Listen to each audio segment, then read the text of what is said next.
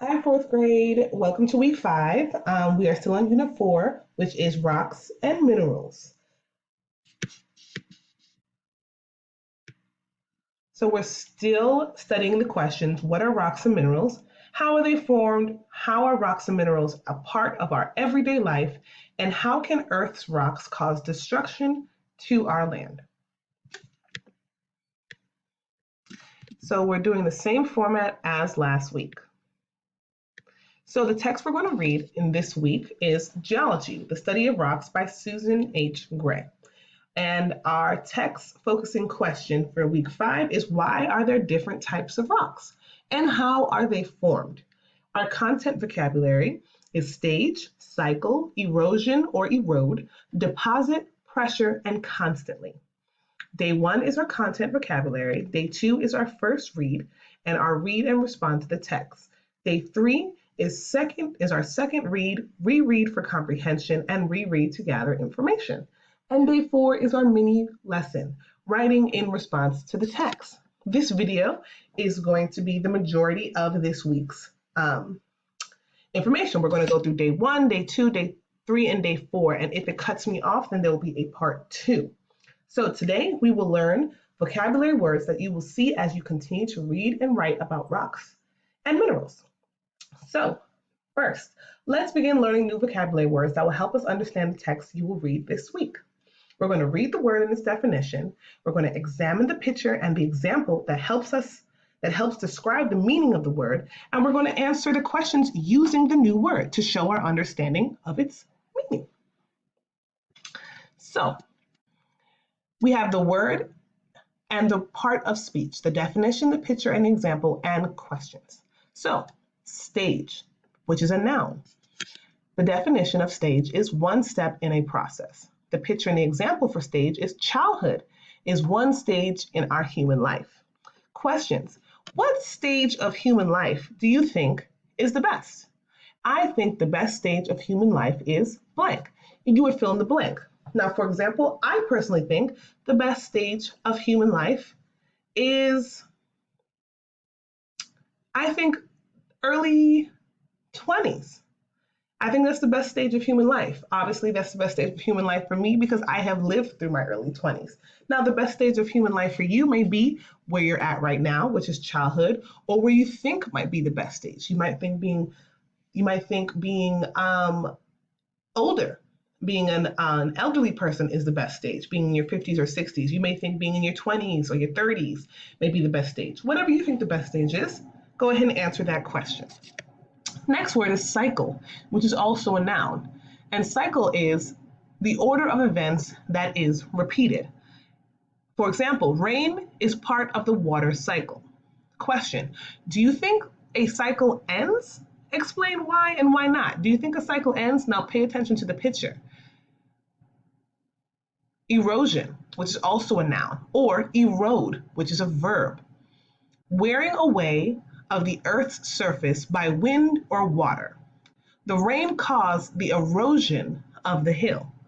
What is the result of erosion? So erosion is when wind or water wears away or eats away at the Earth's surface. So in the example picture, it shows that rain was the cause of erosion of the hill. So you see the rain is hitting the hill and the dirt begins to slide down and down. So the hill's getting smaller and smaller because it's eroding away, which is erosion. And you answer the question, what is the result of erosion? Next word, deposit, which is a verb. To set down. The rocks were deposited on the ocean floor. Why do you think rocks are deposited by wind or water? Pressure, which is a noun, which means force. He put pressure on the door to close it. Question, when do you have to use pressure? Constantly, which is an adverb, which means continuously or always. The earth is constantly changing. The question, how are you constantly changing? Day 2, this is going to be our first read and our read and respond to the text. Today we're going to read another section from Geology, the study of rocks, and answer questions about the text. Once again, you can also find a mini lesson supporting today's lesson on the DCPS YouTube channel. The rock cycle. The Earth is constantly changing. Major events such as volcanoes and earthquakes and even erosion may seem random. These changes are all part of a pattern. However, this pattern is called the rock cycle. Rocks and minerals are created, destroyed, and renewed. Some events in the cycle occur over millions of years. Other events, such as volcanic eruptions, occur quickly. Geologists divide the rock cycle into three basic stages. Each stage creates a certain kind of rock: igneous, sedimentary, and metamorphic. The stages can be happening at the same time at different places. I'll repeat that. Each stage creates a certain kind of rock, which is igneous, sedimentary, and metamorphic. So once again, those three dark words are igneous, sedimentary, and metamorphic. The stages can be happening at the same time at different places on Earth. James Hutton introduced the idea of the rock cycle more than 200 years ago. And look in the picture here, magma that reaches the Earth's surface is called lava. Magma cools quickly when it reaches the Earth's surface. Igneous rocks. One stage in the rock cycle creates igneous rocks. Igneous rocks begin as magma. In certain locations deep inside the Earth, temperature and pressure are just right to melt rock into magma. Some magma travels to the surface through volcanoes. After escaping the volcano, the magma cools very quickly. Some magma rises from the Earth's surface but cannot escape the crust. This magma cools and hardens anyway. Because it is not exposed to the cool air at the Earth's surface, the process takes thousands of years. Magma might harden quickly or slowly. Either way, hardened magma becomes solid igneous rock. Most igneous rock forms underground, but some forms on the surface. And you can see in this diagram at the bottom, it says intrusive igneous rock. Magma comes out as lava and cools on the surface, which is this dark stuff at the top. And you see the Earth's surface, the red here is the magma. Then it says intrusive igneous rock. Magma cools off beneath the surface. Settling into sedimentary rock. As plates collide, some rocks are pushed up into mountains. At the same time, erosion wears down those mountains. Erosion also wears down volcanoes and igneous rocks. Wind and rain carry the soil and rock particles away. They are deposited into valleys, onto lake beds, and on the ocean floor. So keep in mind those content vocabulary words that we went through. Deposited is one of them. I recommend that as we read through this, you underline or circle or highlight those vocabulary words. Limestone and sandstone are two examples of sedimentary rock. Patterns of lines often develop in sedimentary rocks. Erosion sometimes carves rocks into interesting shapes. When eroded pieces of rock are moved to a low spot in the earth or ocean, they begin to pile up. This process is called deposition. So once again, this process is called deposition. Dead plants and animals might also pile up with the soil and rock particles. This layer of materials is called sediment. As more and more materials pile on, the weight presses the lower layers of sediment into solid rock. The solid material created in this stage is called sedimentary rock. Metamorphic rocks under pressure. As sedimentary layers build up, the deepest ones come under the intense pressure and heat. This can also happen to igneous rocks located deep beneath the Earth's surface. The pressure and heat change the chemical makeup of these rocks. Their minerals are forced to change or morph into other kinds of minerals. As they change in this stage, they turn into metamorphic rocks. Heat and pressure can also change one kind of metamorphic rock into another. The rock cycle continues. Rocks caught between two colliding plates can sometimes be slowly pressed downward. As they move closer to the mantle, they experience more of the mantle's intense heat. They may also be involved in chemical reactions that occur only at plate boundaries. The heat and chemical reactions melt the rocks into magma. The magma collects and some of it travels to the Earth's surface. It cools and hardens into igneous rock, beginning the cycle again. The word igneous comes from the Latin word for fire. The rock cycle ensures that the Earth's surface will continue to change for as long as the planet exists.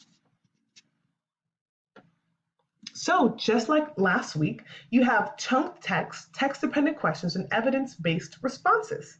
So, in the chunked text portion, we have some small paragraphs that are taken directly from the text that we just read, and then we have a question that's directly associated with it.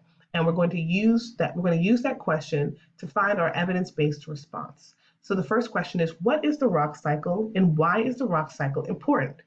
You're going to answer that question based off the chunk text next to it. Remember, if it's evidence-based responses, that means your response is based on the text.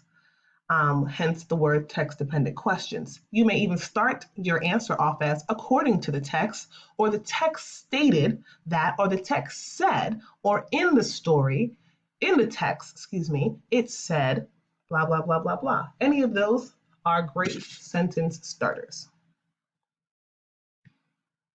Now, for day 3, you're going to reread geology, the study of rocks. You're going to reread that text and gather information and make annotations, which you are now well aware of. You can either go back and reread on your own, or you can replay this video to where I started reading to the point where I stopped. And while I am reading, you are going through the text yourself and you are underlining the major points, circling any keywords or phrases that are confusing or you don't understand, and making questions along the way. Then you're going to answer the questions here. Using page 36, what does metamorphic mean? Which 2 sentences best help you understand what metamorphic means? So you're going to go back up to the page, find the word metamorphic, which is in bold, and you're going to explain, according to the text, what does metamorphic mean? And what 2 sentences from the text helped you understand what it means. And you're going to go on and continue to answer those questions. Then you're going to write a summary of what you have learned using the sentence starter the text is mainly about. Then for your exit ticket, you are writing in response to the text. So you're going to show what you've learned about the rock cycle through writing. You can also find a mini lesson of this on the DCPS YouTube channel. So we've learned that strong writers use transition words. So the focus here is the use of transition words. So at the beginning of the sentence to introduce ideas, in sentences to link ideas, and it's used to unify sentences and paragraphs. To warm up our brain, let's expand a sentence with a transition word we already know. Because. The rock cycle is important because, and because is a transitional word. Remember, the transition word because tells why. So we need to finish the sentence by explaining why the rock cycle is important. So the rock cycle is important because it's a never-ending process that continues to shape the Earth by creating and destroying rocks on the Earth's surface. Now, let's look at some transition words that help us acknowledge opposing or opposite ideas. So, and here are some transition words. However, even though, in contrast, otherwise, on the other hand, although, but, yet, instead, and on the contrary. These transition words help us change the direction. For example, major events such as volcanoes erupting, earthquakes, and erosion may seem random. However, these changes are all part of a pattern. So we can use many more transition words rather than just because. And we use although to say that geologists already study and know a lot about the rock cycle. but there's a lot more that we